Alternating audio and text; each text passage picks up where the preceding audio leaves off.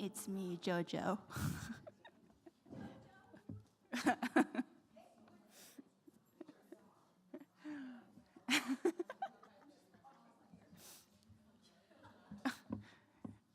Kyungmin is taking a video.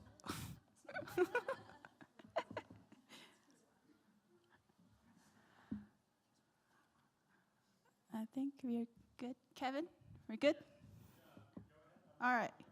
All right, welcome to the Industry Ranch and our summer faculty lecture series. I am Joanne Sungwon Lee, studio coordinator of ceramics. I'm thrilled that we'll be hearing from both Jason Walker and Kyungmin Park tonight.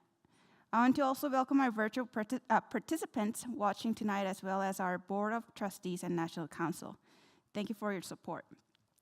Before we begin, please take a moment to silence your cell phones.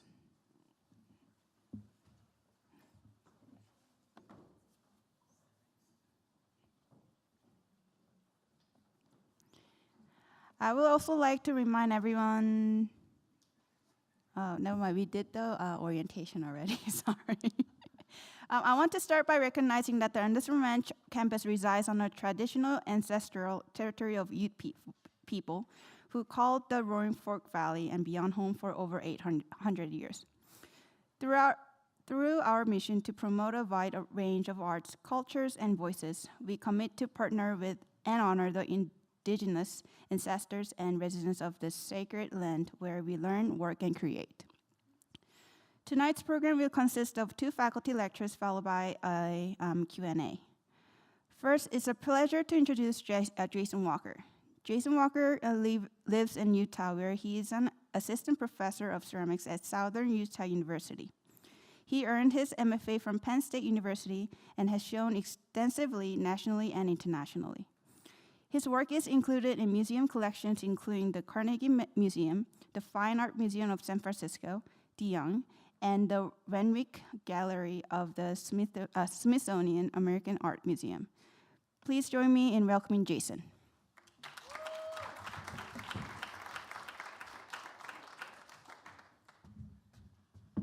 All right, thanks. So I guess I don't have to tell you who I am, so we can go on here.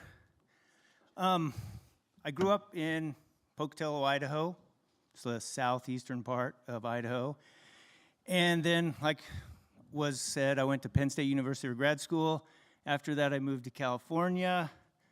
And then I decided I just wanted to be an artist. So I worked as a studio artist from about 2000 till about 2018, till I got my first full-time job ever in Cedar City, Utah, where I live now and teach.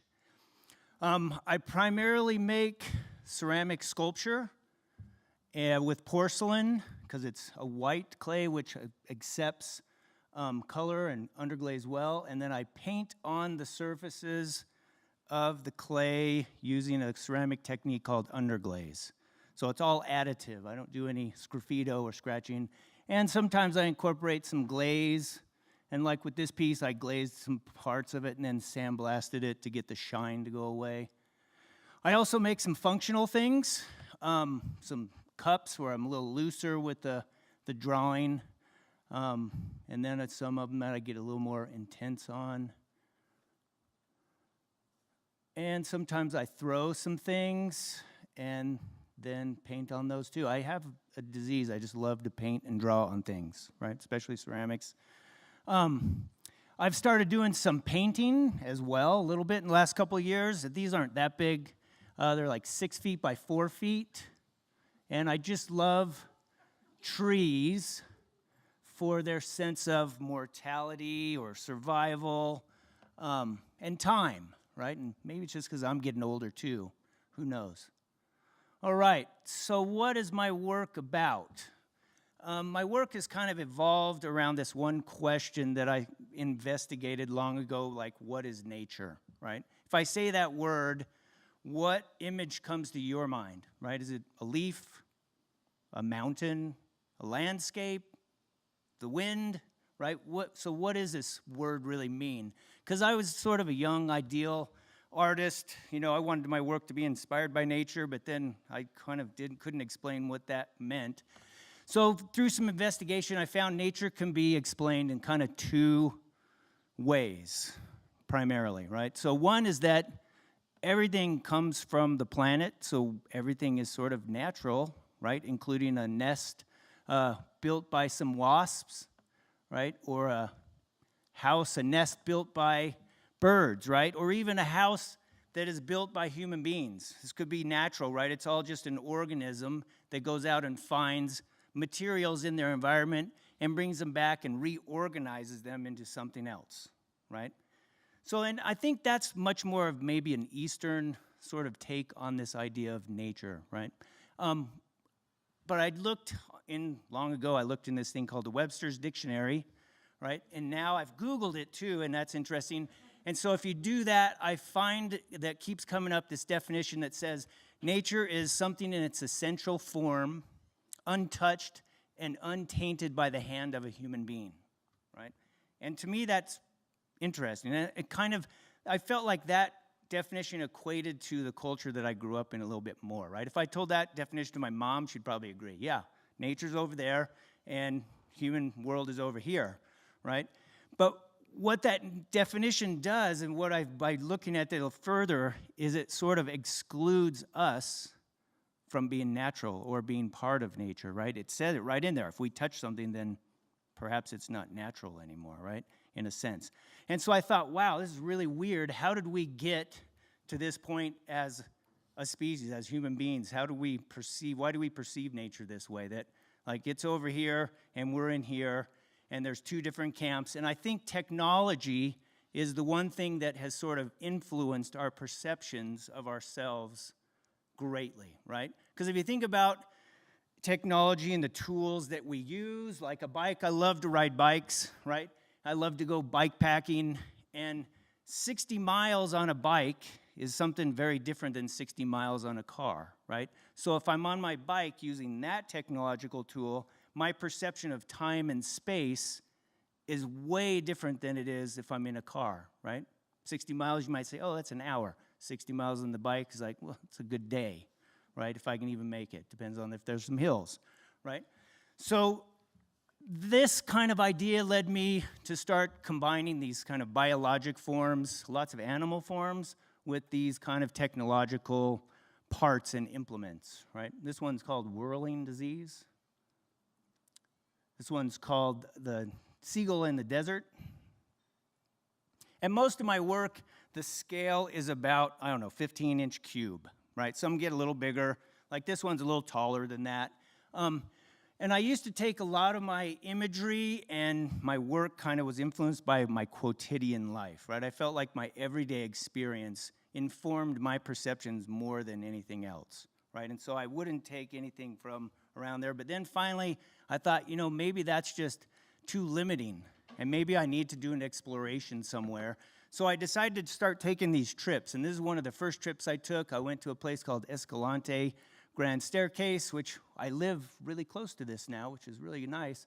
I love backpacking, and so it was also a good way to kind of combine these two things I love to do, art and going outside.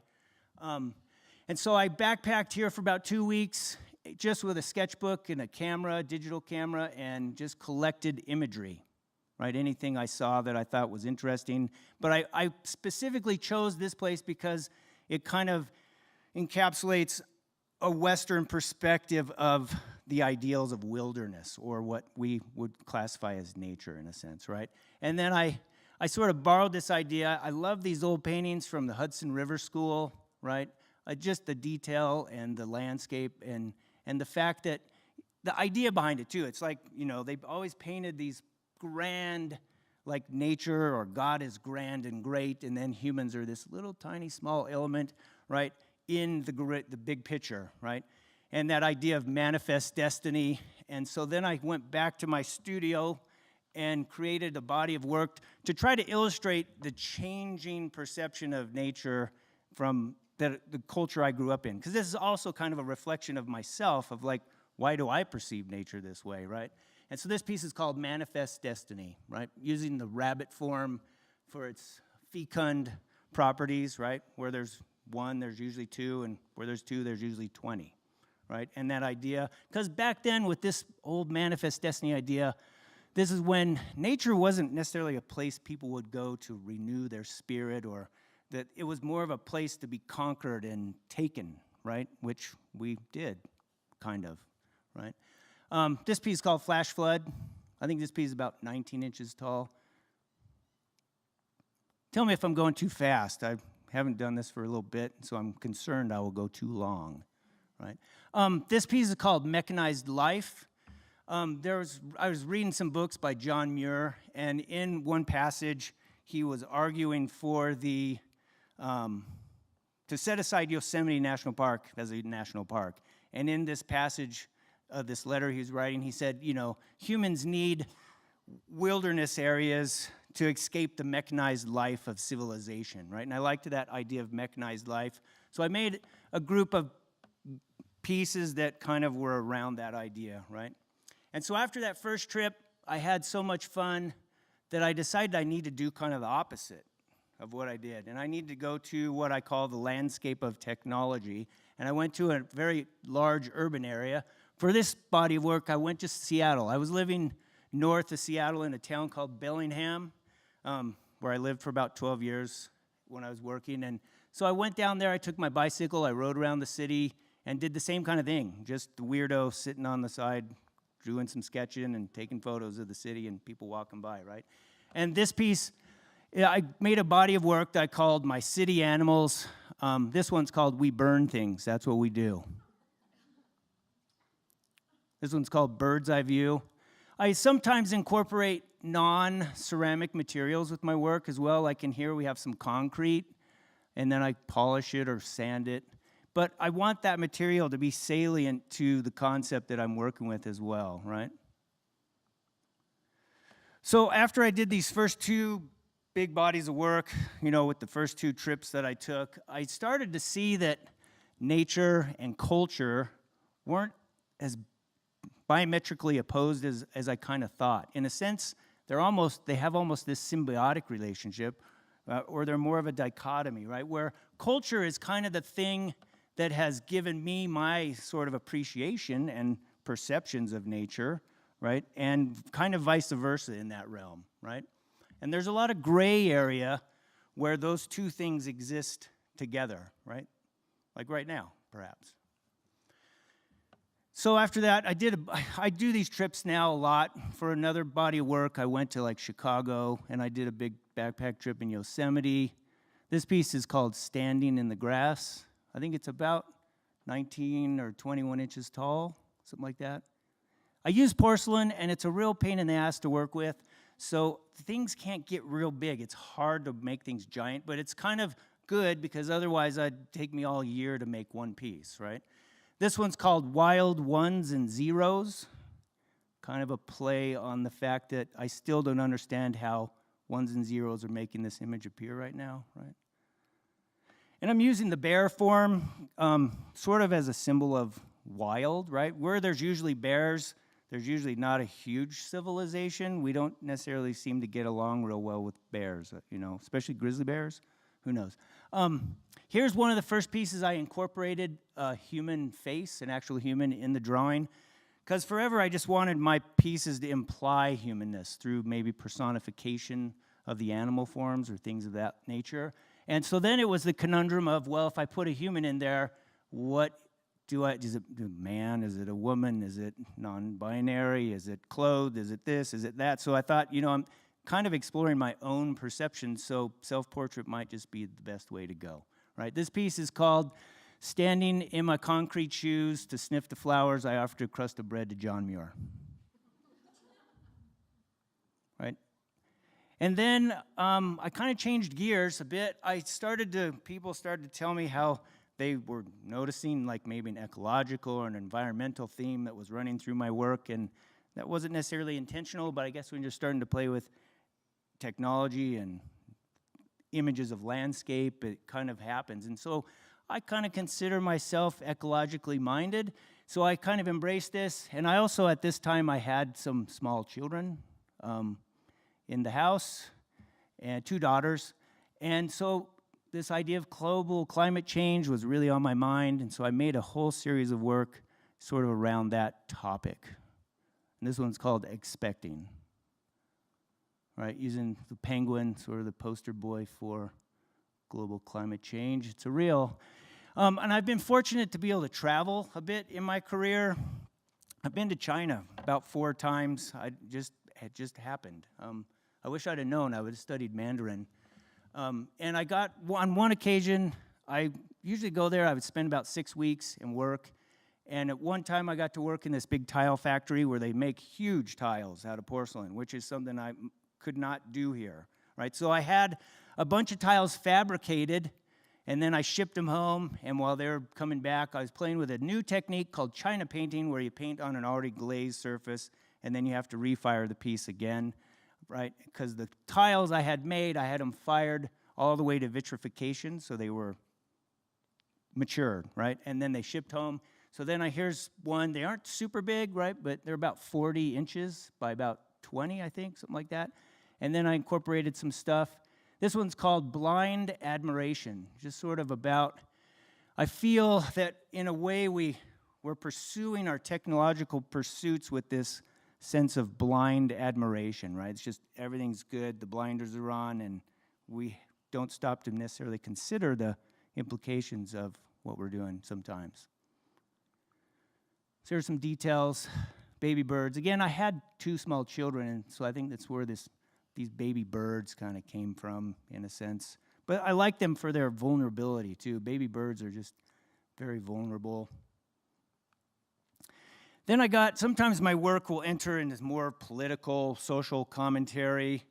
Here's a piece. This is another tile piece where I made about 10 or 12 different variations of these coins. I carved them. I made molds of them. I slip casted them. They all had to do with things like corporate personhood, which I felt was like one of the biggest blunders our government made. Things like just economic inequality, peak oil, war, gun violence, and a government that has no will to try to do anything about it. And I made this big tree called Infinite Growth. The way I understand it, the capitalist markets system is based on the idea that the marketplace can grow infinitely and forever. And if anybody has seen anything that lives forever, let me know. Right? So this piece is probably about 8 feet by 4 feet. Then I had a museum show in a gallery or a museum up in the Seattle area over in Bellevue. It's the Bellevue Art Museum, where they gave me this huge space. It was just way too big. And I asked them, like, I make these little things, and I only have about 1.5 years or so to make work. And so I made big things, which was kind of fun. It was a good challenge, right? And here's a piece I actually made. The body of that piece, well, I got a laser pointer. Let's use it. Right here, just that piece right there, I made here at the Anderson Ranch. Back in, I think, 2013, I taught a 3-week course with a guy named Andy Brayman, and that is actually a sort of him right there, right? I do that when I teach somewhere. If I'm teaching with somebody, I always do a portrait of them somehow. It's fun. So this one's called Fishing, spelled P-H. Then I kind of had some dark days. I got divorced. I moved around. Got back on my feet, got a job then moved to Utah, and then I made a solo show for a gallery I've been working with since probably 2003, and out in Massachusetts, and this was great. And this show's called Personal Encounters, because all the work in this show came, again, it all comes from personal experiences. And in this case, it came from an experience I had. I liked to mountain bike, right? And so I was living in Oregon at the time, and I was coming down this trail, and it was real windy and kind of high brush. And I came around a corner, and I saw something jump on the trail in front of me. I went around this corner, and I thought, wow, this is the biggest raccoon I've ever seen. And when I came around the corner, I was probably about a bike length away, and it jumped up, and I realized it was a mountain lion right there. And it scared me. I won't lie, I was kind of like, whoa, shit. And I stopped, and it luckily kept running, right? And I turned around and rode back up the hill as fast as I could. But it was just really interesting to sort of be back in the food chain again, right? I don't think we all feel that anymore, right? Because if that mountain lion wanted me, I was toast, right? Luckily, I wasn't hungry, so I'm still here, right?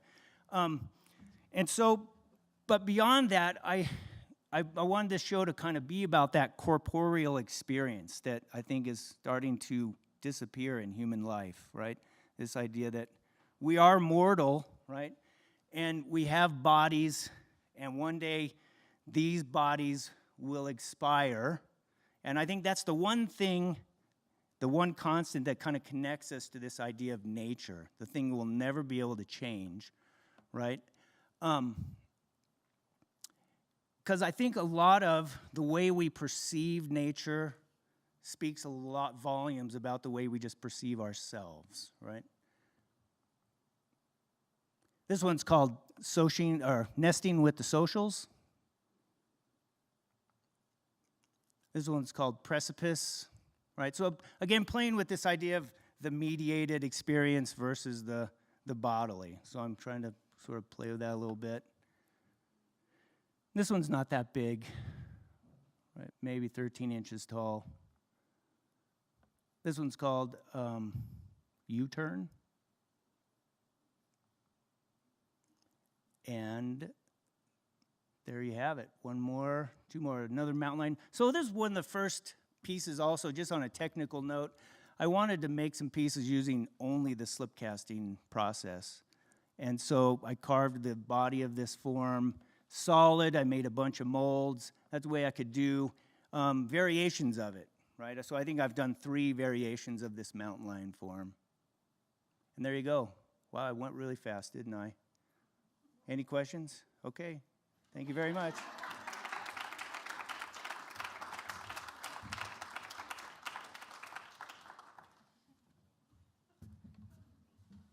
Thank you, Jason. It is also a pleasure to introduce Kyungmin Park. Kyungmin Park is South Korean-born ceramic artist. Her work explores theme of introspection, diversity, societal expectations, and illuminating human connections across cultures and languages. She earned a MFA from University of Georgia. She currently lives and works in Boston and is an associate professor at Endicott College in Beverly, Massachusetts. She has conducted over 40 workshops and lectures at various art institutions. Please welcome Kyungmin.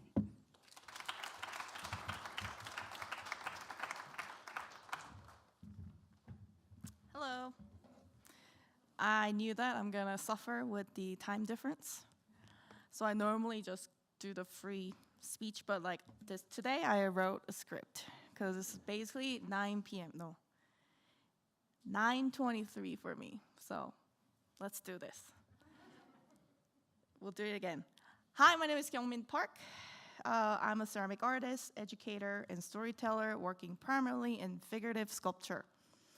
First, I would like to thank Anderson Wrench for inviting me to teach this 2-week workshop alongside with Jason Walker. We're teaching clay as a canvas class.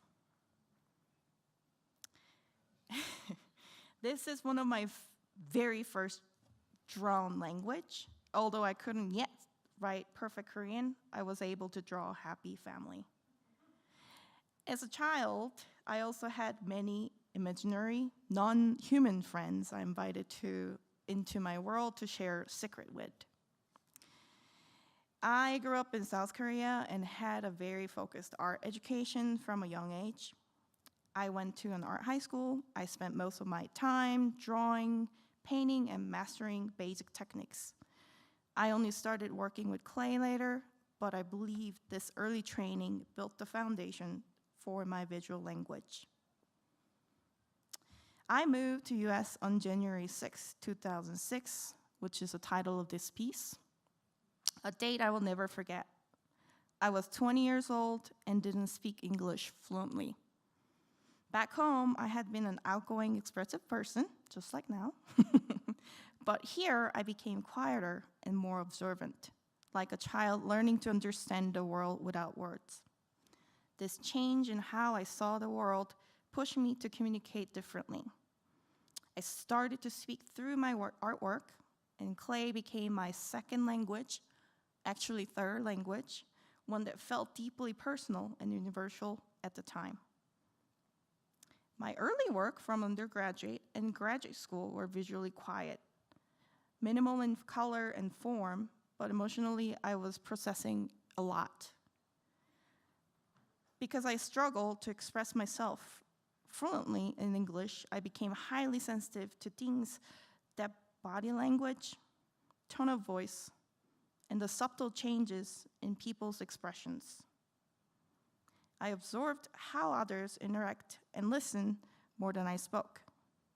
That silence, that need to read between the lines, greatly influenced how I understand emotions, and that sensitivity became the foundation for my figurative sculptures. These figures express our emotions, identities, and the absurdity of being human. In these series, multiple figures are grounded, grouped onto an amorphous shape that contrasts with these complex human feelings. These bubbles-like forms act as a blank canvases that reflects negative space within tight figurative works.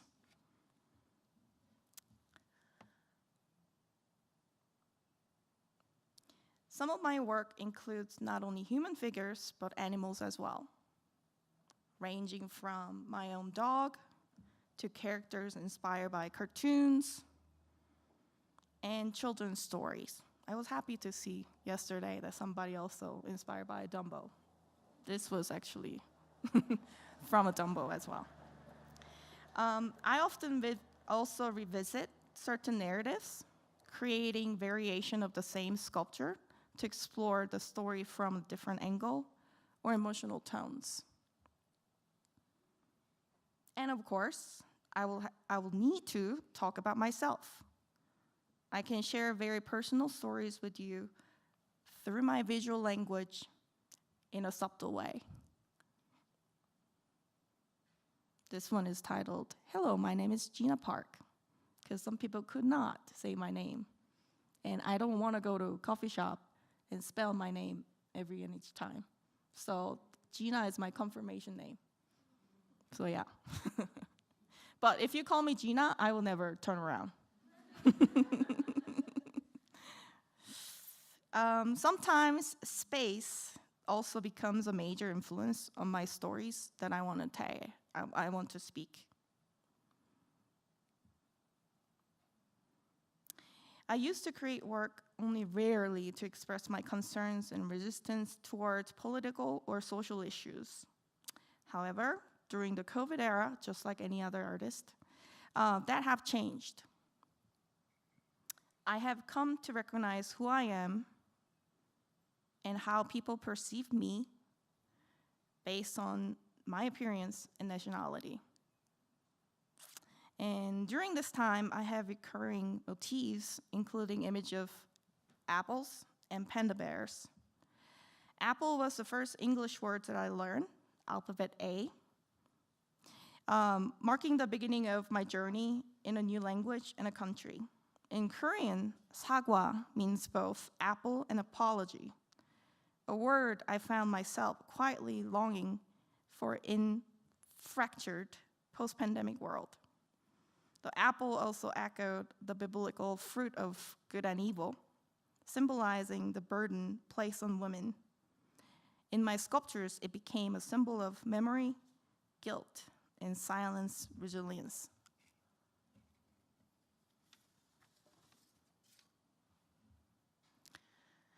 And during pandemic, I also searched to be part of many of AAPI movement outside of my studio.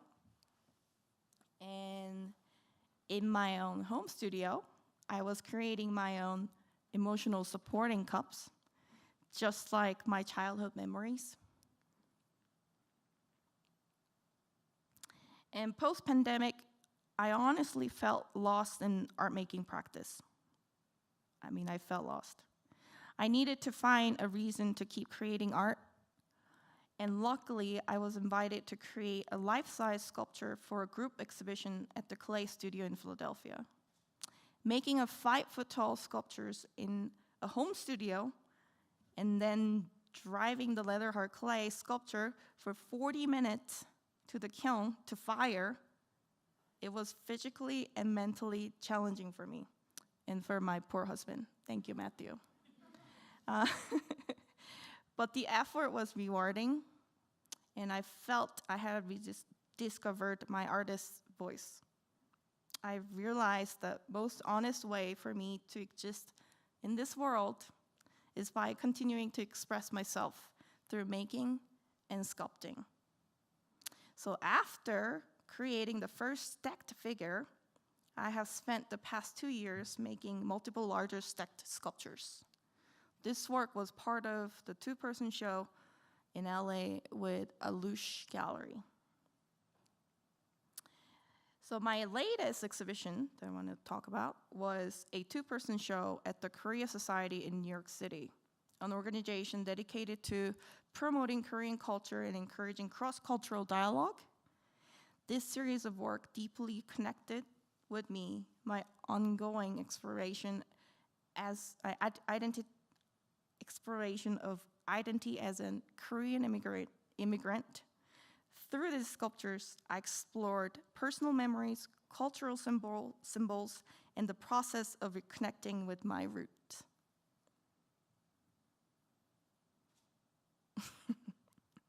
I went a little fast. This is my last slide.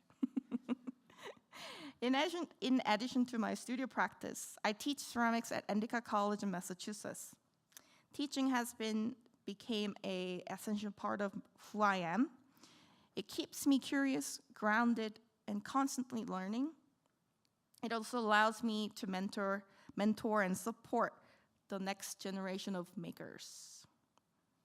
Over the years, as Joanne just mentioned, I have led over 40 workshops and lectures, and not only across the US, but also internationally, and each one really reminding me how clay brings people together in a meaningful way.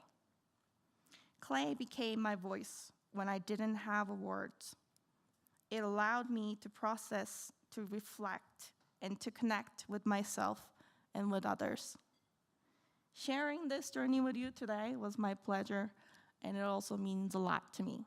So if you want to learn more about my practice and my future plans or what's going on, what's happening in my studio, follow me, check out my website, or email me if you have any questions. Thank you so much.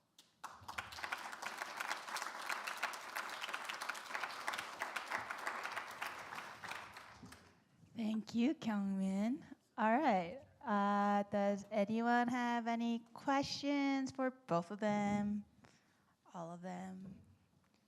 I have a mic for you. Pass this mic back and forth. Thank you.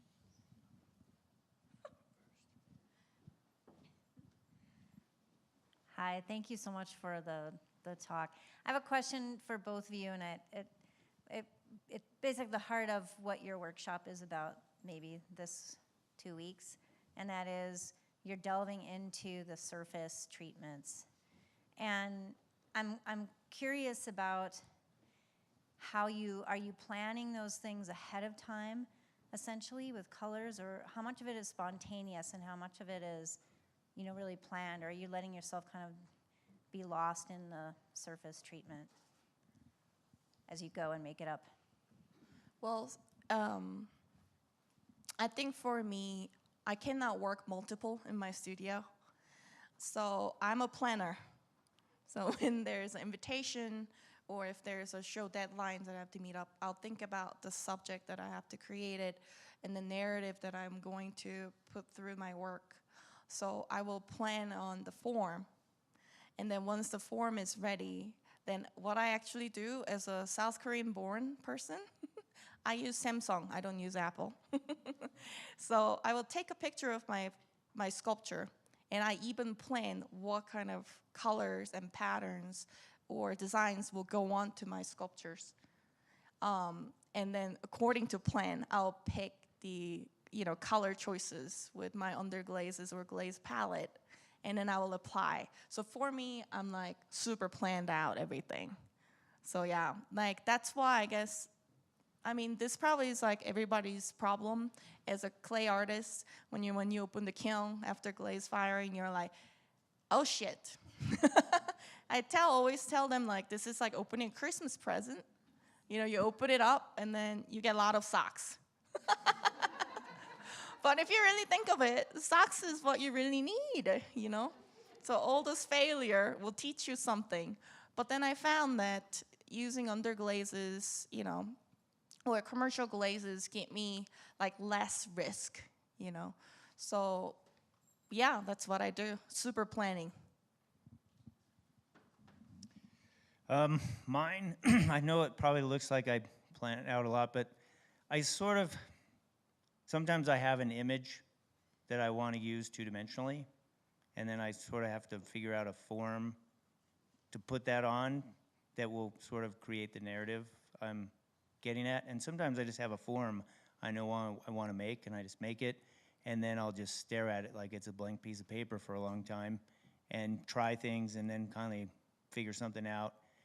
And no matter what I do, it always changes too a little bit, right? It's sort of, so there is a bit of, I don't know if it's spontaneity, but change, I guess, throughout the thing. And sometimes I have an image in a form and I think, ooh, this is gonna be great. I make it and then I put them together and I'm like, nope, I don't like it as much now. I don't know. And so so there is no real formula for me in that sense. I just kind of wing it sometimes. So do you scrape it off if you don't like it? And Yeah, start well, again? luckily you can use I like to paint on my pieces when they're in what's called the bone dry state. So you make something and you dry it, all the water is gone, and you haven't fired it yet. And then you can use like a pencil, carbon, right? And you can draw on it, and you can wipe it off really easy, right? And it'll all burn away too. Or sometimes I'll just brush with a really light wash with the underglaze, and that you can wipe off too. It's kind of like when you do a pencil drawing on paper, right?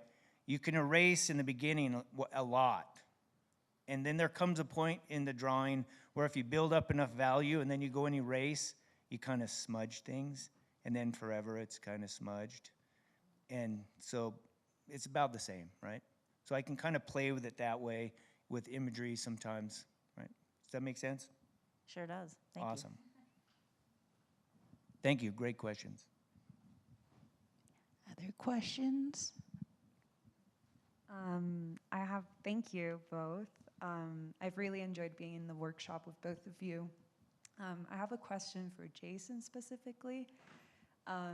It's really interesting to see the complexity of some of the sculptural elements like the chains, and when I see that you're mixing concrete, metal, and sometimes even tubes, it makes me wonder how you decide to take on the complexity of building something like a chain for a piece, because it's so likely for it to break, I'm sure, versus potentially using an actual chain, and how you make those decisions for your sculptures. Yeah, that's a great question. The chain is ceramic. It's a real tedious thing to make. I've only made a few because it's tedious.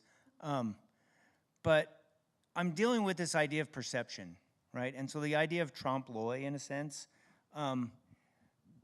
if it were a regular chain, it would be expected, right? Oh, it's metal, it's a chain. It doesn't do anything to change or alter the way you view that object. But when it's made of something different to look like something else, then all of a sudden you're like, oh, it's clay or it's ceramic. Wow, weird. And so I think that kind of alters that perception. And so I think in that sense, it's salient to sort of what I'm doing with the narrative and what I'm talking about conceptually. Does that make sense? And then things like with the concrete, I introduced concrete in pieces when I was doing that first sort of foray into the city, right? Where I collected lots of city imagery. And, I'm kind of playing off that idea of the concrete jungle, right? So I felt that that material worked well within the objects I was making as well, right? Does that answer your question? Awesome, thank you. Great. Another question? Okay, well, I have a question for both of you. How do you balance your practice, your ceramic practice, your teaching, and your personal life?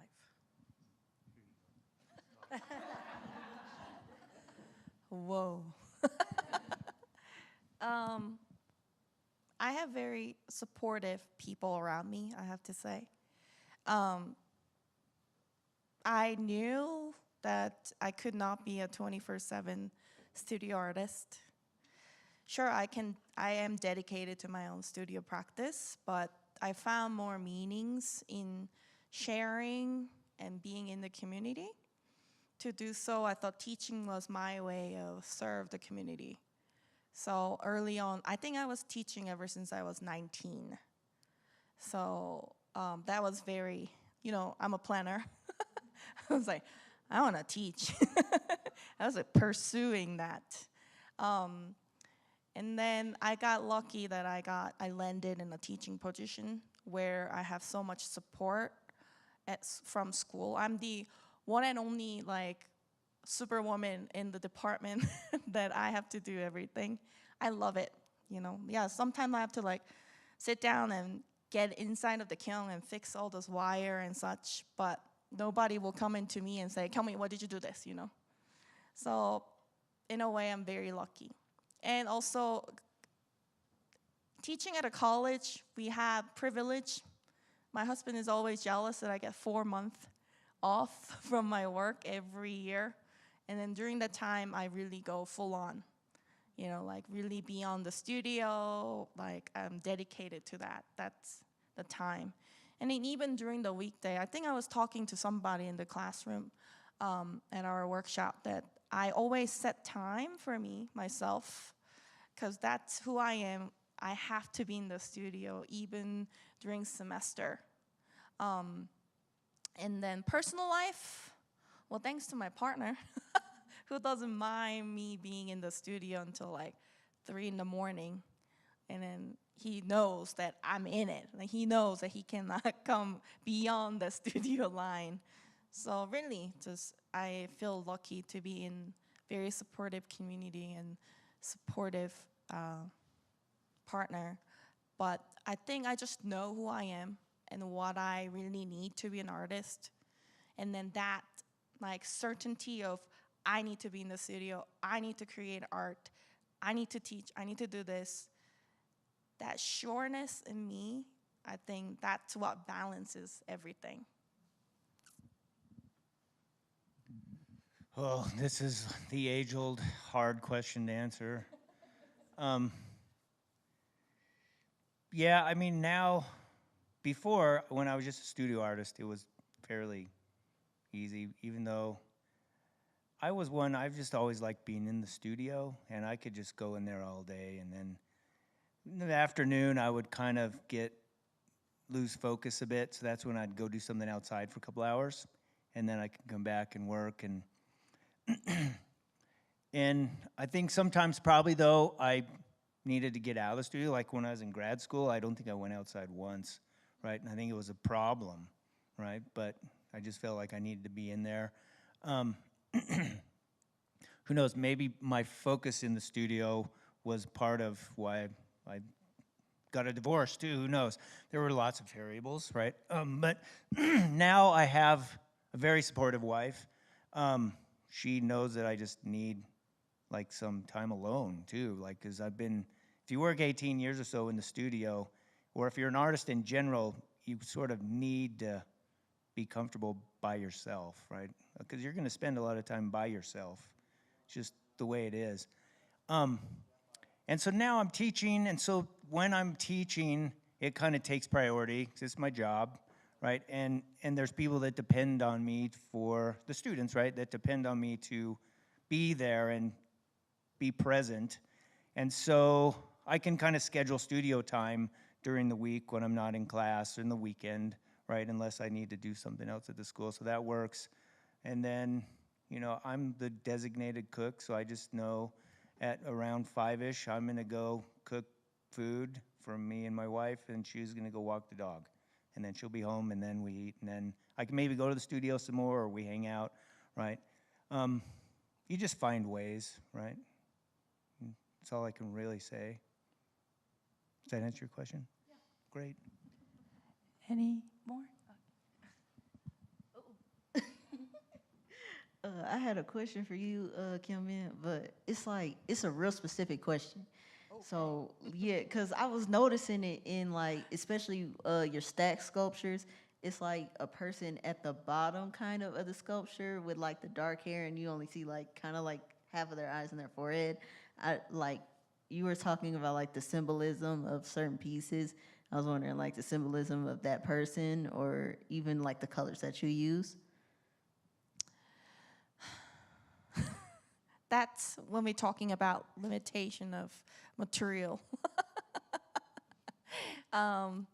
I feel lucky that I'm sponsored by Amico, so I use their product a lot. And then I happen to found that lug underglazes from them has shin to it, even though it's underglazes. So do not mix lug with velvet. That's my that's my forte. But yeah, like when I was making that first figure for that group show in Philly, I knew that the base of every single idea that comes from it rooted from myself. So in a way, it's a self-portrait. Even though a lot of my work, it's my own story. It's all self-reflection. So a lot of it is rooted from me, who I am, but it's not necessarily looks like me, right? It doesn't have to. To talk about my story, it doesn't have to look like me. So it's more like symbol of, me, myself, where this started, more rooted, the foreground where it started. So I don't really have specific model that I made from that, I used to make that work from. But yeah, I think I don't really have a specific, like, this is who it is, what it is. But I know it is all me, my story, my own. Yeah, hopefully that answered. All right. One more question. Yes, thank you both. My question is, what is your advice for artists that want to be in your shoes one day? It can be a short answer. Just what's one advice that you have for someone that? That's a good one. So I had an undergrad teacher who said something that kind of stuck with me, and he said, if you really love it, just never give up, right? Just have to keep going, because life is, waves like this. You get peaks and valleys, and, ride the wave when you have one, because it's going to crash on the shore soon, and then you got to swim back out and catch another one. If you quit swimming, then, then you're done, right? Does that make sense? Great.